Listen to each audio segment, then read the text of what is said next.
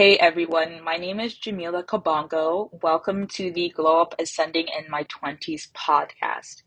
Some of you that are listening already know that I published my debut book, The Glow Up Ascending in My Twenties, late last September, and now I've decided to create a podcast about my book. Each episode will be based on the 21 chapters of my book. I'm going to pick specific topics or just a topic from every chapter, read a passage, and then discuss it either alone or with some special guests. Ultimately, I hope that you enjoy it.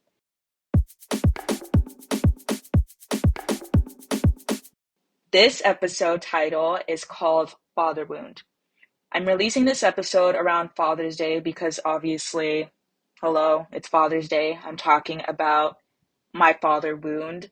But I also wanted to just encourage myself to continue talking about a subject that's been forbidden for the majority of my life. All right, so chapter one, Daddy Wound. An absent father is like a book with missing pieces, the story incomplete. Quote by unknown. Mom, do I have a dad? I asked her after she tucked me into bed. Yes, she replied. The hesitancy in her voice was profound. Where is he? What happened to him? Mommy paused for a few seconds. I don't know, Jamila. What happened to him? I repeated. Oh, Jamila, Mom screeched. Why does it matter? I was 6 years old and starting to notice that my family looked a lot different from other families. Most of the kids at school had both a mom and a dad.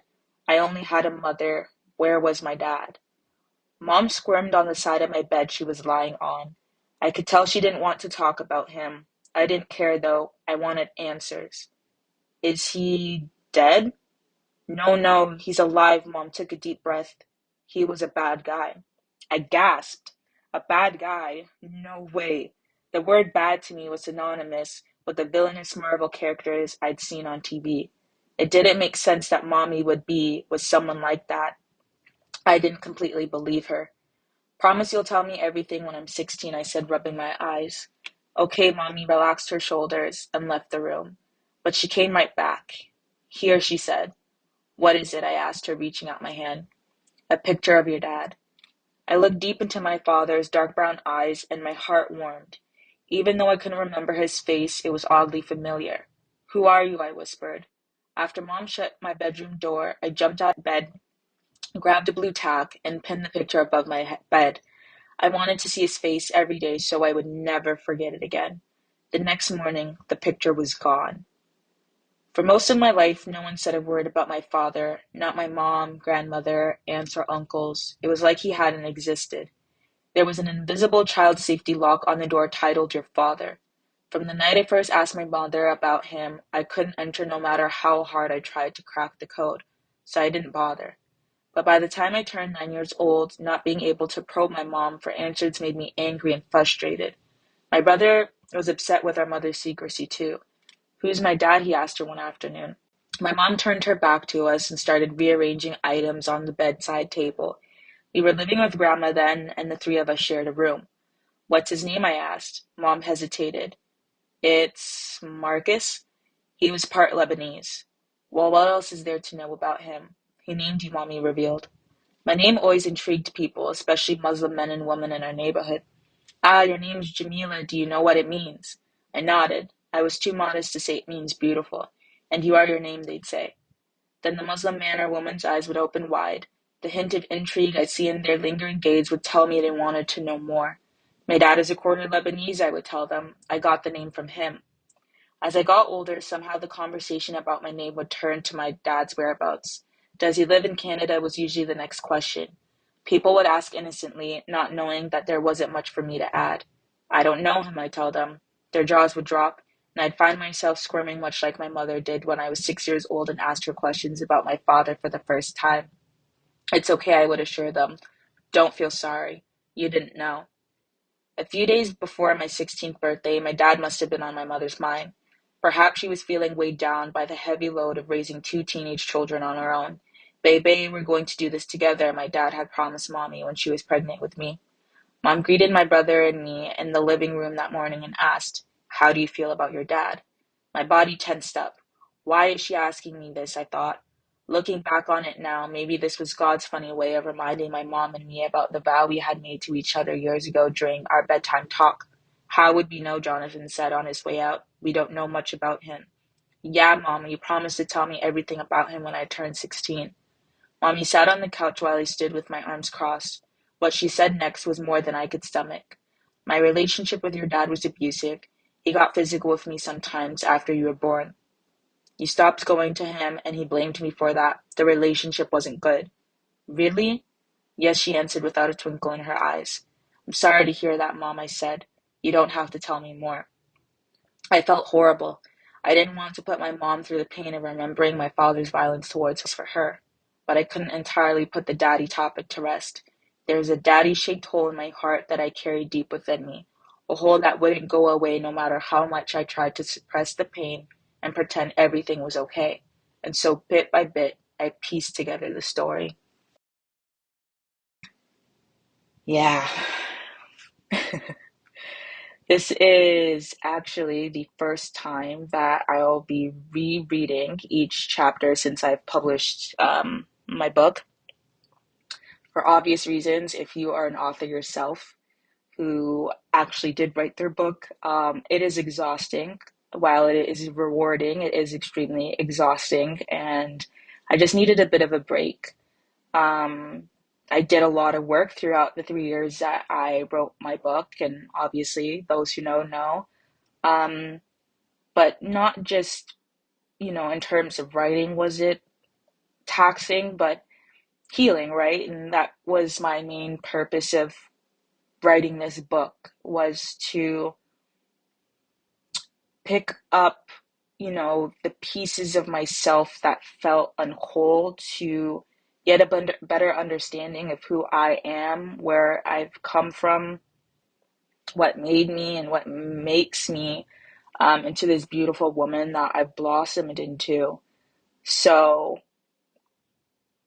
from the analytical end, which I typically um, operate from, I still think that I wrote beautifully. Um, but you know what? And I think, again, this just comes with time and with healing. Um, I feel like less saddened as I reread it back to me. And now, obviously, to you guys. And I chose to just read this full chapter because the sample's pretty much out there. Um, yeah, it's just life's interesting in general, but to see how I pieced everything together, and I'm always amazed by like how much I remembered, and now that I'm 27 years old, how much of this like all just makes sense to me. Um, my father is no longer a forbidden topic. Um, And I no longer feel that there's a hole in my heart now that I have a better understanding of who he was in his entirety, not just knowing all of the bad parts of him, but also the good things about him. So I think as I enter this Father's Day, which is a Sunday, I'm entering it with a lot more peace, a lot more of like a grounding energy, because hmm, like I don't have to put this topic to rest. I no longer have to like suppress the pain that I've felt, um, which I imagine, of course, was because I also had to um, suppress the pain, but talking about it, having a better understanding of him, which obviously would allow me to have a better understanding of me, um, is allowing me to come from a place of more like just peace. You know what I mean? Like, my father is not physically, a part of my life. And as you read my story, you will get to understand why, which I touch upon briefly here anyway. My parents' relationship was tumultuous, um, but my father also did something that, a lot of men don't, which is claim their child, you know, and he chose me. He wanted me at that specific time in his life, if that was the best that he could do. I appreciate him for it. Um, that has helped me heal as well, to know that I am not abandoned. I am loved by him, even if he's not physically a part of my life. If you believe in true love, as I've told myself, then it's something that is never ending. Which then means that if that person is no longer physically present in your life, whether they, are still here on earth or they have transitioned, um, that love always exists, right? It's just the attachment that we have to the physical form of people, which of course is understandable. But what I'm just trying to say is that it's not necessarily that I don't need him. We all need our parents. Um, but that I can still live life and still navigate life freer. I don't have to be, walking around with, this huge amount of sadness within, my spirit or my body or my mind and emotions. I can live freely knowing that wherever I go, I know that I have been loved and I am loved by both of my parents, and that they've done the best that they can do, even if it wasn't the best thing for me, or it affected my life in certain ways, that they've done the best that they could do. Um, and yeah, you know, it's just it's just interesting. And I know, as I get into other like passages within my book, I'll get a bit deeper into things. I just kind of want to flow. So whatever is on my heart, I just want to, pretty much say. But how I'm feeling is just, a sense of peace, a sense of groundedness, a sense of gratitude. Um, and honestly, also a sense of celebration, and also a sense of community. Um, on Sunday, I am doing a book event at Chapters Viga for the second time. And I specifically chose Father's Day, um, because, again, like I said, I just wanted to encourage myself to really just touch on that topic, not run away from it like I've done so much in my life, but to also be, I guess you could say, of service to others, throughout these book events that I've been so blessed to experience and be a part of. I've met so many incredible people. Some of them, unfortunately, have lost their fathers. Some of them don't have great relationships with their fathers. Um, some of them have had to cut their fathers off. Um, so I just kind of wanted to be in a space where I felt like I could kind of just facilitate that conversation and, you know, make people feel, including myself, that you're not alone. Like, you don't know how much you relate to people on earth. And I think it's because we just don't talk enough about like our pain and our struggles and all of those things. But we are more similar than we are different.